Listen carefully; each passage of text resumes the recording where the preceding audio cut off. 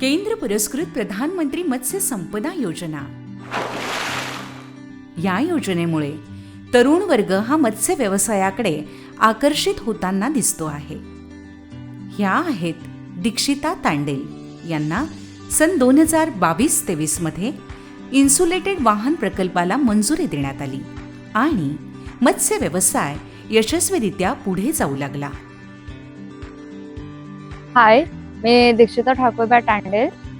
मी माझ्या बिझनेसमध्ये गाड्यांचा थोडासा प्रॉब्लेम होत होता, तर मी ही प्रधानमंत्री मत्स्य संपदा योजना त्याचा फॉर्म भरून मला ही गाडी भेटली आहे, इन्सुलेट व्हॅन। मग त्याच्याने मला खूप फायदा झाला आहे आणि माझ्या कामात मी भरपूर पुढे चालली आहे। मी मत्स्य व्यवसाय विभागाची आणि महाराष्ट्र शासनाची खूप खूप आभारी आहे। खूप खूप धन्यवाद।